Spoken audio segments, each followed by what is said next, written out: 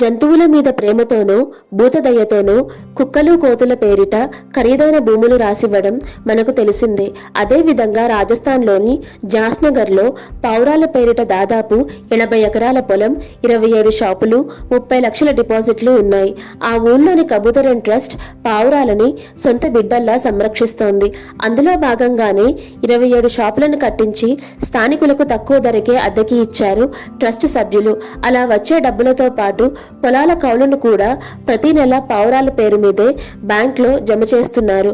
ఈ డబ్బుతో గ్రామాభివృద్ధి చేయడంతో పాటు వట్టిపోయిన 400 ఆవుల కోసం 8 గోశాలలను కూడా నిర్వహిస్తోంది కబూతరన్ ట్రస్ట్.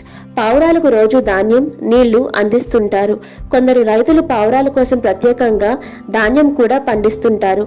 దాదాపు 30 ఏళ్లుగా ఆ ఊళ్ళో పావురాలని చక్కగా సాకటంతో పాటు వాటికొచ్చే ఆదాయాన్ని కూడా రెట్టింపు చేస్తున్నారు.